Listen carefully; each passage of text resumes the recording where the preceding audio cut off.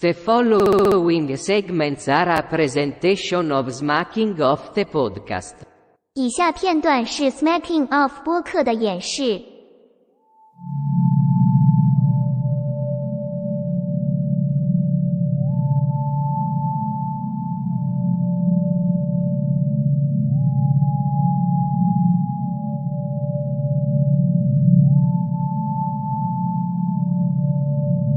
And now, Smacking Off the podcast.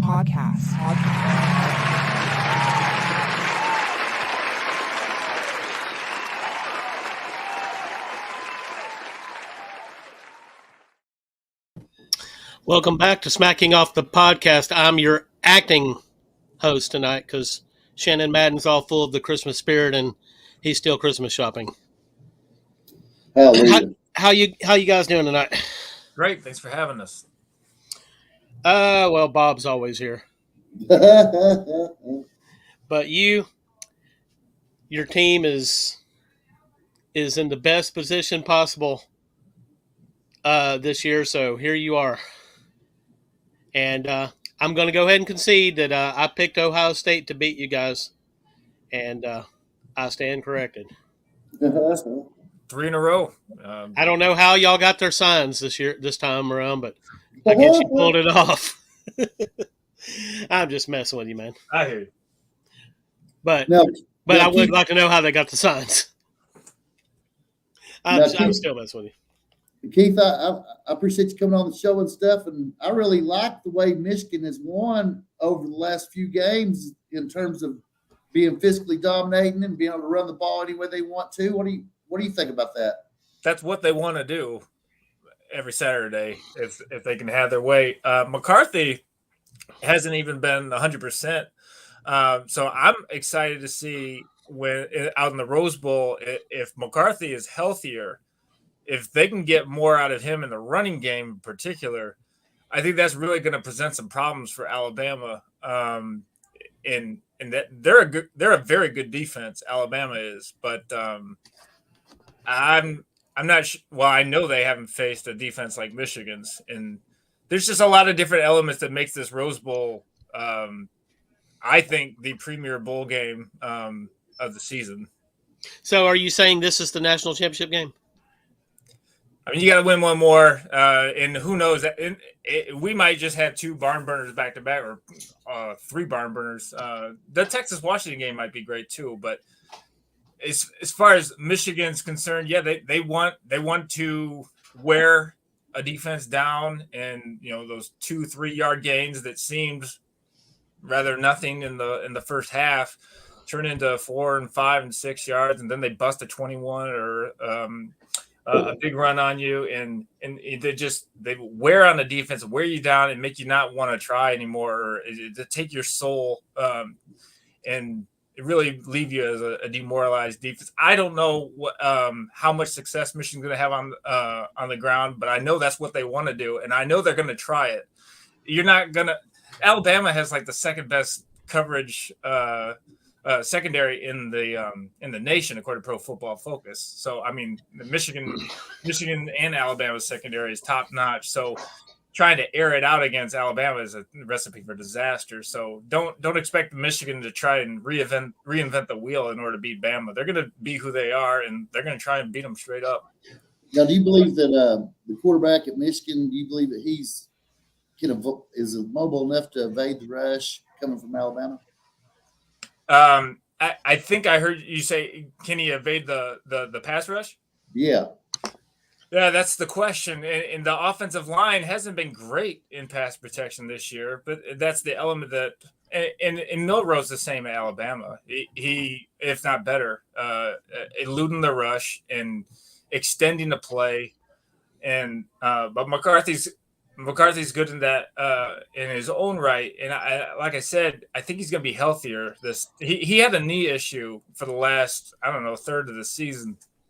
And who knows? Maybe it's not going to be much better in a month. But if it is, then I think he can really, continue obviously to flush the pocket when he has to. But the run game, to me, if he can get significant gains on just straight carries out of that zone read. Man, that just brings a whole different element to the Michigan offense, and they're going to need that because Alabama's defense is really, really good. So let me go ahead and give your article a plug. The one you put out Sunday of the Selection Sunday, and you were one of the only people who actually, and I was doing the same thing. I mean, I clearly I didn't think that Alabama would beat Georgia. I really didn't. But if they did, I told a whole lot of people Alabama controls their own destiny, and nobody believed me on that. They were like, "No, Alabama's too far out. They're at number 8. They're not going to jump to number 4 if they beat Georgia." And I was like, "You're wrong. This is why they kept Georgia at number 1, in my opinion. That was giving Alabama their one path, and they had to win out." Yeah, well, I'm really glad you brought it up because I've been wanting to talk about it too. As far as keeping Georgia at number 1, I don't think that was it. A lot of people think that, and it may be true, but I think it was more of a, America loves its history, and we loved the sweet science for so long. It's a dying sport, but I think the sweet science has had its impact on our minds as far as we apply that concept to all of sports, including college football. Until you knock out, until the heavyweight champ loses his title, he's number 1. In Georgia, back-to-back champs, unless they were going to lose, nobody had the guts to move him down below. Now this may very well be true, but I've still, in my opinion, the committee knew already if Alabama knocks off Georgia, they're jumping to number 4. But I think that made it easier for more palatable to the public. They knocked off number 1 Georgia. Saban got on. He couldn't say that enough after the game was over. And even before the game, if we were to knock off number 1 Georgia, then we beat the number 1 team. Well, you beat the team that was ranked number 1. They're not the number 1 team. So, well, I mean, they were when we knocked them off. But as far as final rankings, then Alabama has a win over the number 6 team now. Right. But I guess to your main question, I think the committee got it right. No, I do too. But for the wrong reasons. Okay, so tell us about it. Okay, so, I mean, if you look at Florida, and I'm glad you plugged the articles because my article lays it out really clear. There's a table that I put in there that compares all the strength of schedules, the strength of schedule for all the contenders. And if you I eliminated all the FCS games. I don't care what you did against Abilene Christian. But Florida State's was better than Liberty's, and that's it.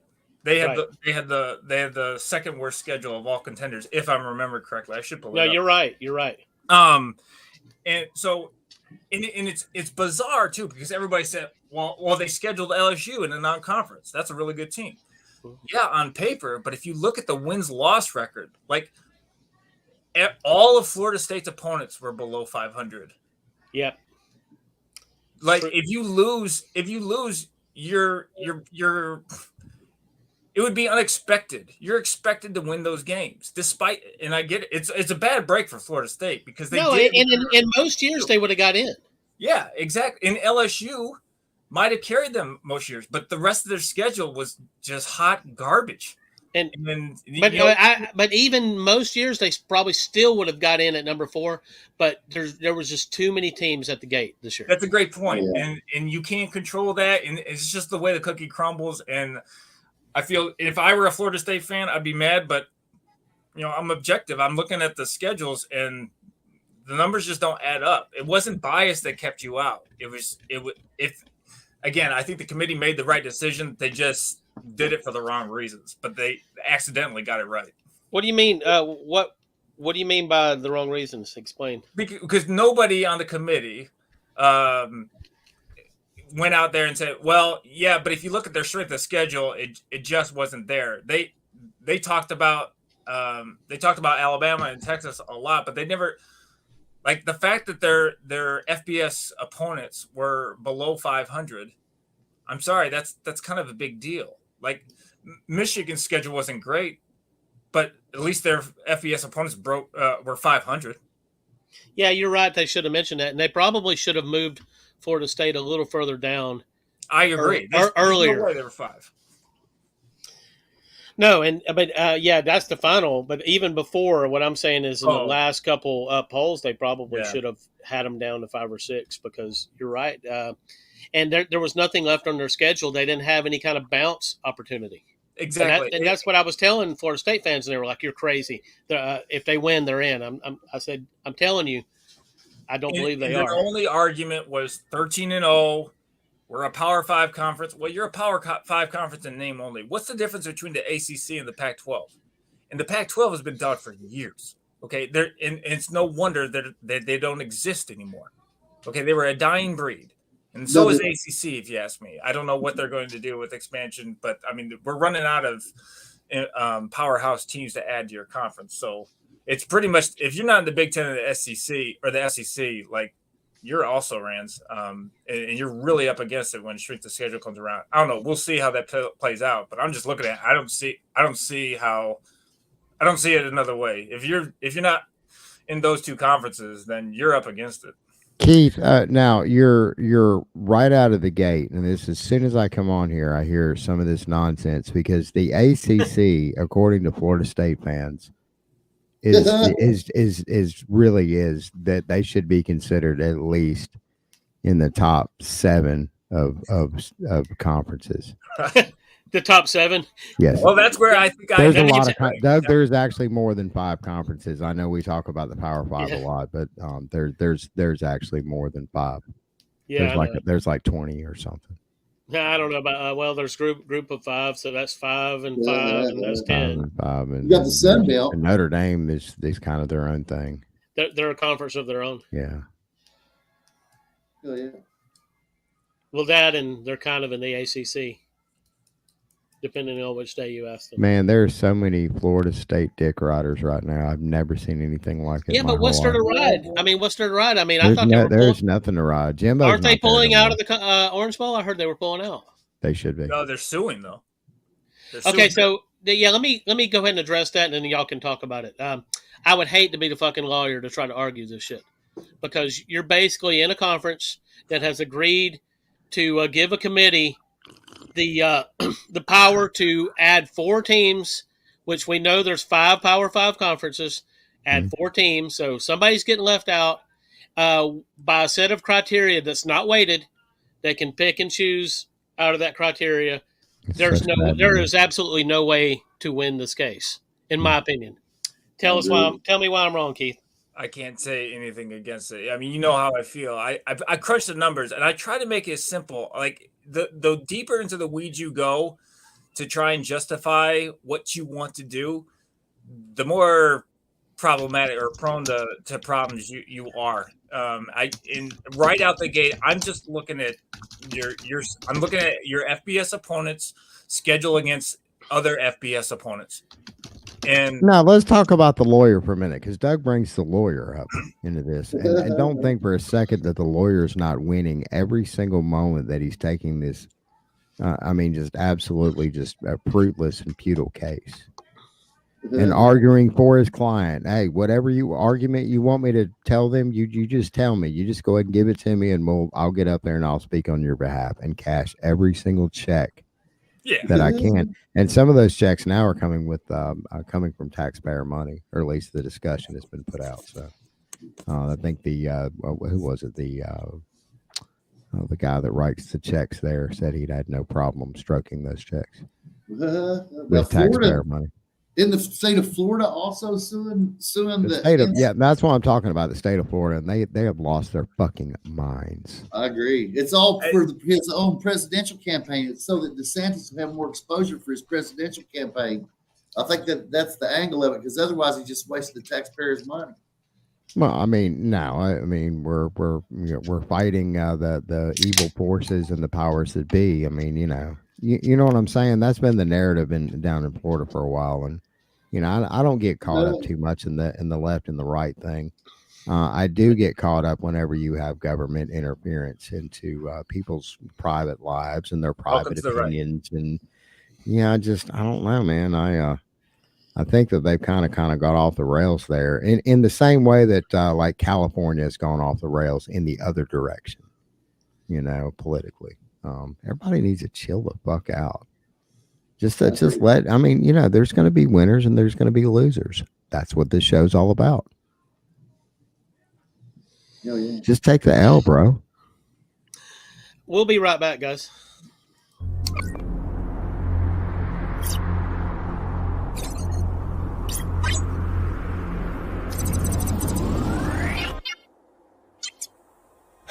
Fine.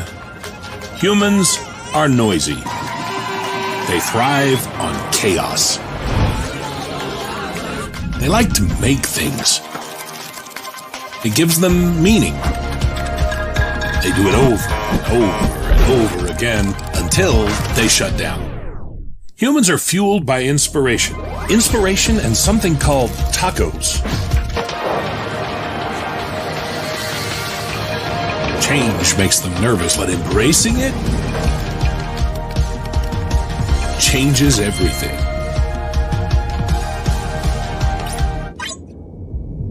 Yeah, imagine that.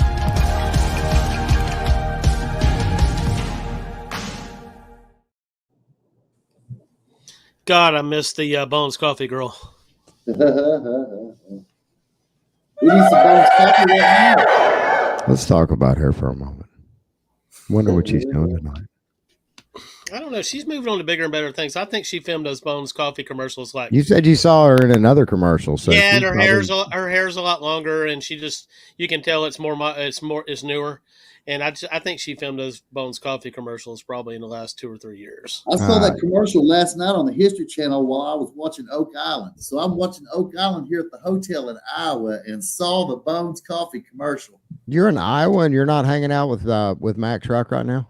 Oh, I've actually had a dialogue with her. I'm going to try to figure out how to do that. And I asked her why she wasn't sharing more stuff on this with us. So she's blowed us out. And she has her own podcast now. I'm going to give her a quick plug. I gave Mac Truck, a frequent contributor on the big show here, who also delivered one of the just most fiercest ass whippings I've ever seen a woman. God, that was so awe-inspiring. What was that girl's name again? Kittles. Kittles. I can't remember her first name, and it doesn't matter because I think she died. Damn it. Really? I mean, she should have after the ass whipping. Her career died. Mac Truck. I mean, I can't stress this enough how badly she beat that woman in such a short fashion. So, I mean, we have to acknowledge, though, that Kittles, she used the wrong approach. She pissed off Mac Truck in training. And basically, they reneged on some shit. And then next thing you know, Mac Truck's got to lose like 10 extra pounds that she didn't think she had to lose to get in there. And what she did is created a fucking time bomb in the ring. Yeah, and Mac, she full disclosure was extremely hungry when she went in there, and she just wanted to get it over with so she could go eat some food. Yep. Hell yeah. And hot moms is her gig. I have seen people that were hungry before, but I've never seen a hunger like that because she completely destroyed that woman. And Kittles was no slouch herself. So you could tell she had some training early on, but it didn't matter. So let me fill you in, Keith. She's a semi-professional female football player. Mm-hmm. She plays for the Iowa. I don't remember their name. It's a all women's league. And she's also what would this be considered? MMA. MMA. Yeah, it was definitely MMA. And she definitely showed some technique early on. Both women did, but it was once Mac got her to the ground, it was over. It was ugly, and didn't really take much to get her to the ground either. Mac delivered a fucking ass whipping. That's one of the reasons why I want to meet Mac up here, Shannon, is so that I can get a picture of us together, so the world can see that she's bigger than me. Because most people that know me know I'm pretty tall, right? So I'm believing that. In my mind, I'm seeing me standing next to Mac and her being bigger than me. I think it's possible. Not like in a fat sense, but in a big sense, right? You know what I'm saying? We got to get our friend SM Gibson, who has been rubbing shoulders with Joe Rogan as of late. Actually, was hanging out with, of all people, Joe Rogan, Dana White, and Johnny fucking Manziel in a bar in Austin, Texas, a few weeks back. And apparently, Scotty has gotten rather chummy with Johnny Manziel, which I don't really know how to feel about that. So while Keith is still here, But we need to share that footage to Rogan, though. I think Joe Rogan would appreciate that fight between Mack Truck and Kittles. Yes, absolutely, because it's fucking fierce, man. Okay, so before President Pike comes on, let's get back to Michigan, Alabama, because when Keith talked Michigan, Alabama earlier, you weren't here, Shannon. So he's picking Michigan to win the. Well, he hasn't picked anybody, but I think that we haven't got to. I think he's pretty confident in his Wolverines, and he should be. Yeah, they look good. So let's get back to that game. They haven't looked as good since the signs, kind of that whole thing blew up. Neither team has looked like they looked all year for the last third of the season, or last couple. I mean, you can go as like Auburn. I'd like to talk to Alabama. Auburn. Well, hold on now. Alabama did beat Georgia, though. Come here, baby. Yeah, come on, talk that shit. Talk that Auburn game shit. Let's talk about it for a moment. Right. But fucking bitch. A lot of people are giving Alabama the same treatment we've been giving Georgia for the last 3 years. Georgia, we beat Georgia in the SEC championship game. Doug, help me out on that. Yep, I'm aware of that. I'm in a great win. But we look at the Michigan, Alabama, the Rose Bowl matchup. They say Michigan, Alabama. Oh, it's Alabama. This game is over because Alabama has ruled the college football world for the last 15 years, with Georgia coming on late. But you don't win games on tradition. You win it by blocking and tackling. And Michigan matches up well. There's a curious stat. There's so many different ways we could look at this, but Jalen Milroe, great quarterback. He finished like the number 4 quarterback in the nation based on rating. Only Jaden Daniels, Bo Nix, and Liberty's quarterback, Caden Salter. Liberty got fucked by the committee, but we'll talk about that later. No, they didn't. Shut up, and we can't talk about that. But Jalen Milroe is 4. JJ McCarthy is 6.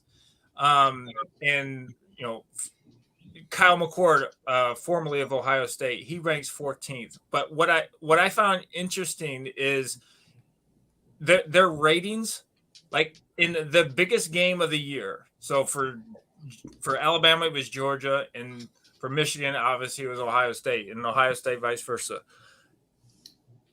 Each of those 3 quarterbacks, their ratings in the biggest game of the year dropped off. And do you know who had the biggest drop off? Who?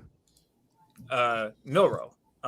He averaged on the year it was 177.5. Well, he finished with 155 against Georgia. And it's not awful. It's not, but it's a 22-point drop from what he was accustomed to. Compare that to a 17 drop from Michigan's McCarthy against Ohio State. But Georgia's the most talented team in the country, though. See, I mean, even they lost to Alabama. Alabama's the most talented team in the country. If you look at recruiting results for the last 3 years, Kirby Smart's actually had either number 1 class or close to it. And I mean, Alabama actually edges Georgia in recruiting rankings. That's not no chump team though. The talent level between them. Oh no, it's 1A and 1B. But Michigan is Kirby learned from the best. Top 10. So, and you got to be top 10 if you want to compete for national championships. Mm-hmm. But I found it interesting. Like, I think there's going to be a drop off in the. But it doesn't. Hey, but having those classes does not guarantee you success, Jimbo. Certainly not. But it makes you eligible. I'll never stop talking about that. And you know what else I'll never stop talking about? Have you seen Alabama's schedule that just came out today, Shannon? No, I've been rather wrapped up today, doing the work, the work thing and the home thing. I had to go shopping as soon as I came home.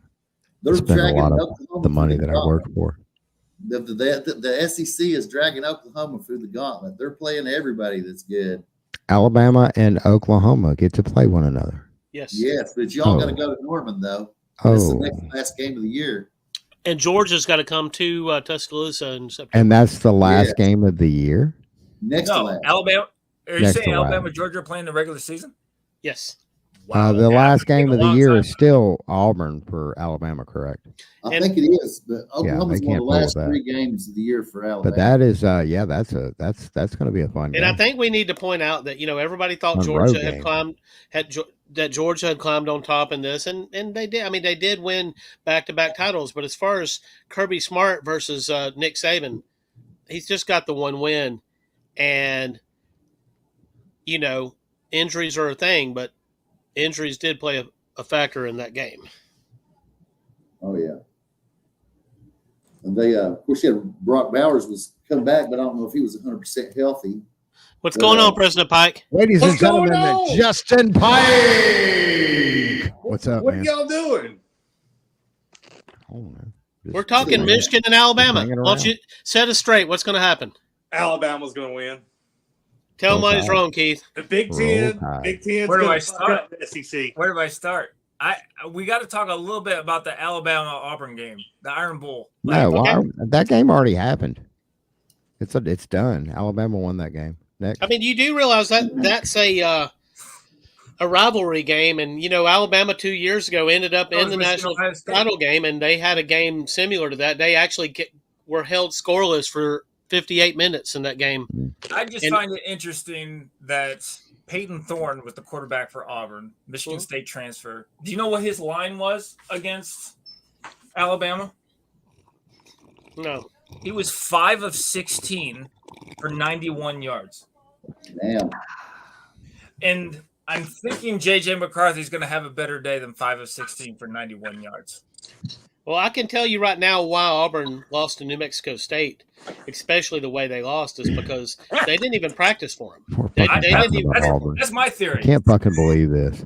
Thanks, Keith. Thanks a lot for nothing. They put everything they had in the Alabama basket, and it kind of makes you feel sorry for him, kind of.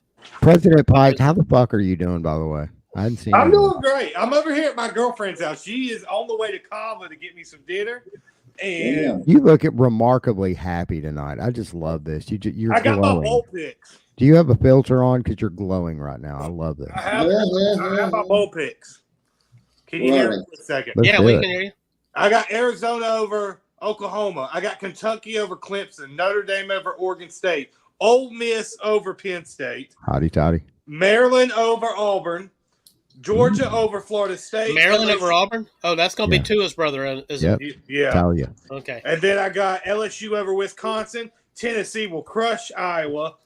Oh, Mac Brooks ain't going to like to hear this. No. And then I got Michigan. No, I'm sorry. I got Michigan over Alabama. Washington over Texas. Hold up. You just said Alabama. Hold up. You just said Alabama was going to win a second ago. I was just trolling. Michigan's going to beat Alabama. Oh, you fuck. And then Michigan will beat Washington in the national championship game. Yeah, 38-20. Damn it, Don't sleep on Washington. Yep. I'm not. That's why I got Washington beating Texas. I'm talking about these other guys. I love Justin, I'm glad you're picking Michigan, and let me tell you why. Why? Because you've picked the other team in how many straight weeks now? I mean, you did miss some shows, so we don't know that you would have picked. Hey, I picked Alabama over Auburn or over Georgia this week. SEC championship game. You can't prove it. Not on the podcast. You can't prove it. Well, you know that I did it. it. And I got my ball picks, and this is $100 league that I am. Pays out almost $7,000, but I got the picks and I'm all locked in. So it pays $7,000 if you hit on all of them, or what do you have to hit on? No, it's like a poll, so whoever gets most of the games right. I ain't gonna bore you with all the cupcake bowls. I've been doing my research on this. Okay. Yeah. Maryland over Auburn. Michigan's gonna be the national champ. Okay, I feel good. I feel good now. If you would have picked Alabama, then that's Pike's curse. We know about that shit. Yeah. Well, I cursed the Georgia Bulldogs. Give us a go Wolverines just to go ahead and Hey, seal go the deal. Wolverines! Go Wolverines! Go Jim Harbaugh! It's his year. Michigan, baby. Hey, I gotta go. I love y'all. I love you, Justin. See you, man. And that's your Justin Pike lock of the week. Shit. All right. Do we have any exclamation point? I mean, we could take off. It's Christmas season, man. We could take off early if we don't have anything to talk about. I'm not wearing any pants. You can't say Merry Christmas anymore. Damn it! You're supposed to say what? What are you supposed to say? Happy Kwanzaa instead? No, Doug. No? Doug, you're being real extra right now. Come on now. It's extra. You're being extra. As for me in my house, we say Merry Christmas. Merry Christmas. Okay, Merry Christmas. We're kind of a Christmas house. I mean, we have other beliefs too. The Dark Lord. Yeah, I don't work. Satan does work into Christmas if you think about it. Because Satan. Well, just think about it. No, stop. Satan, Santa. We don't worship Satan in our house. All you got to do is shift those letters around, and you've got one or the other. What is it? Satan. Hey, has anybody here ever seen Santa versus Satan from 1960? No, but I'd like to see it. Excuse me? You need to look it up. It's okay. I mean, it's not a great movie or anything, but it's definitely worth watching. I thought you were talking about the South Park pilot. No, also 1964, Santa Conquers the Martians. You can find you can find this stuff free. Just search on whatever your device is, and there's always free versions of them floating around. That's probably you can find that on Internet Archive. Internet Archive's got a lot of that stuff. I mean, for some reason, people still watch it. Santa versus the Martians is very interesting. I'm on that tonight. Me and baby girl are gonna watch that one. You should be. Yeah. Is there anything we can add to this? Justin pretty much did it all, I believe. He just kind of came in, swept in, and stole the whole show from us, and there's no show left. I do got one question. Right. If Kentucky were to beat Clemson rather soundly, would it affect Devil Sweeney? No, but it'll affect Clemson Dane. There'll probably be an assistant having a stern talking to, but they'll probably kicking coach or some shit. I don't know because the folks unless Sweeney figures out the portal, I think his best days may be behind him. Oh, there's no doubt. He's done. He's putting on the portal, and he's catching up at this point. And the truth is everybody in America knows this except for Clemson Dane. Sorry, Clemson Dane's one of our Clemson contributors. Okay. He refuses to see it. He thinks that Dabo's strange strategy is going to pay off at some point of not using the portal. And what else does he not do? He doesn't really like the NIL either, does he? Yeah, he doesn't pay any players over there. Nobody's making any money. The coach is not supposed to do that. He's taking all the money for himself. Stingy bastard. He doesn't really embrace it. The athletic department doesn't work to cut deals for players. So there is that too. Good luck with that. That strategy. Sorry, non-strategy. Yeah. These young men trying to get paid. They ain't trying to get paid in 4 years. They're trying to get paid now. It's long overdue.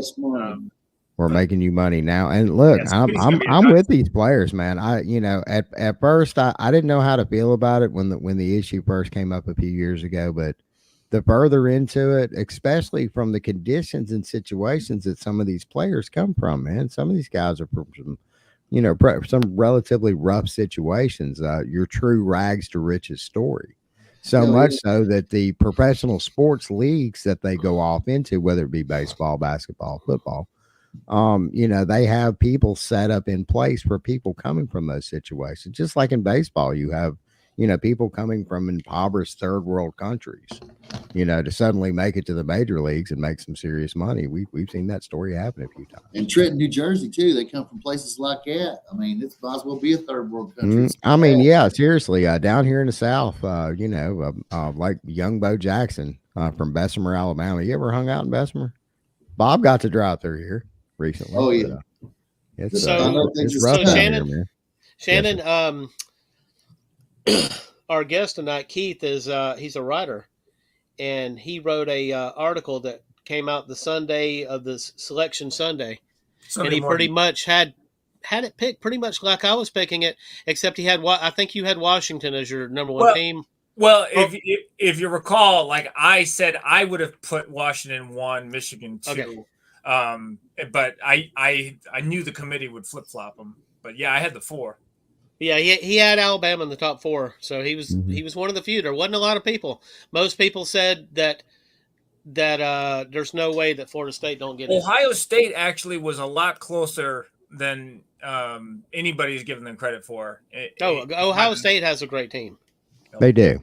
And there's a really Ohio State had way better argument than Florida State. Oh, absolutely, and nobody's even mentioned it. Alex Bryan needs to slow his roll because he is really seriously considering if Day is not able to get one over on Harbaugh, then it's pretty much doesn't matter. Those other 10, 11 wins a year, it doesn't matter. He's got. Yeah, I think Alex is pulling the plug on Day next year if he doesn't win. Didn't he say that? Yeah, that's what happens when success spoils you. When you have a situation where you have it's almost like you can pretty much put anybody in the big chair up there. There's going to be a consistent product. Ohio State's been balling for a hot minute now, consistently year in and year out. Which not a lot of programs can puff their chest out and say that, particularly when we're talking about, coaches changing every few years or so. Urban Meyer and his heart problems. I wonder if his heart was bothering him when his hand was up that blonde's ass. That girl was hot. That was she was probably hard 20s, maybe early 30s. Oh man, she can get it. She can get it right motherfucking now. You think he'll get another chance? Who cares? He's making that Fox money now, and quite honestly, there's so many situations that if he just really got the itch, he could just slide into. I mean, he even at this point in his career, he could just about go anywhere he wants to, except for maybe Florida. He's not loved at Florida anymore. Any parting words, guys? Well, I can't believe that we've talked this much about Auburn in this conversation. So, well, hey, Keith wanted to talk more about the Auburn game. I mean, a team that lost Alabama. Yeah, it's a rivalry game. It happens. Yeah, Auburn's defense, and it happens more than Auburn's defense is really going to be scary good next year. I thought it was noteworthy. It's not everything, but it's something. Yeah, I really honestly I was high on the Hugh Freeze hire, and even though it's kind of been a rocky season for what they've had going there, I don't know. I'll be a little surprised if Maryland's able to get one by them. Auburn will beat Maryland in my opinion. Auburn's playing at a pretty good level right now. In the fourth quarter to ice it, and they refused to do it. So yeah, I guarantee you, if you give Michigan 3 opportunities to ice it, they're going to take advantage. Yeah, Auburn's defense is good enough to contain Talia. Talia also throws a lot of interceptions. The last thing I'll say about the Rose Bowl is Alabama hasn't faced a defense like Michigan's. And that's like well, I know a lot of Georgia fans that would take they would definitely disagree with you, yes. Yeah. Okay, according to Pro Football Focus, Georgia your defense tends to operate a whole lot better when you have the opposing team's signs.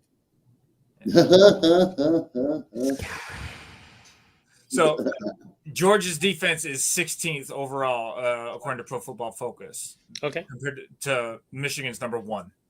If you do a composite of all the different defensive categories, including who had the tougher schedule. Well, hold on now. Georgia played South Carolina. Michigan didn't play South Carolina. Michigan didn't play. Never mind. Okay. But so the best defense that Alabama has faced to date is Georgia. Good defense, but they're like a top 16 to top 24 defense. Michigan's number 1, ranges from 1. They're a top 3 defense in any way you look at it. So it's going to be a different animal come January 1st. And you do have to take into consideration their strength of schedule too, which it improved mightily in the last 3 weeks of the season. It did. 4 weeks of the season. It did. All right, y'all heard it right here on Smacking Off the Podcast. Good night. I mean, I think if we've taken a vote now, I don't know, Bob, who you pulling for in this one? Against Michigan and Alabama? Yeah. I got Alabama. That's think right. Jalen Milroe is the X factor that they've got no answer for. And I already know that Doug is pulling for Alabama. I'm going to be pulling for Alabama. So I think Michigan's we've taken a vote on gonna this. keep everything in front, make them go the long way, try and force them into field goals, and trust that McCarthy's going to outplay Milroe. Either with his legs, and we've got we or his actually have a arm, or good kicker. combination. So I mean, if Yeah, it I comes was down getting to to think field about y'all goals, that help then kicker. if it comes down to field goals, we got that covered. And Michigan wants to run the football up the middle, and if there's not a weakness, but the weakest part of Alabama is the interior line and the linebackers, and that's exactly where they're going to try and run it. So if you can stop the run, Alabama will win. But if you can't, good luck. That's unfortunate. Oh, yeah. We shall see, and we may have you on again before this transpires. We have to, one way or the other, win or lose. Plenty to talk about. Yeah. All right, guys. Especially when Michigan loses. Good night and Merry Christmas, and well, we'll have to do that several more episodes, but.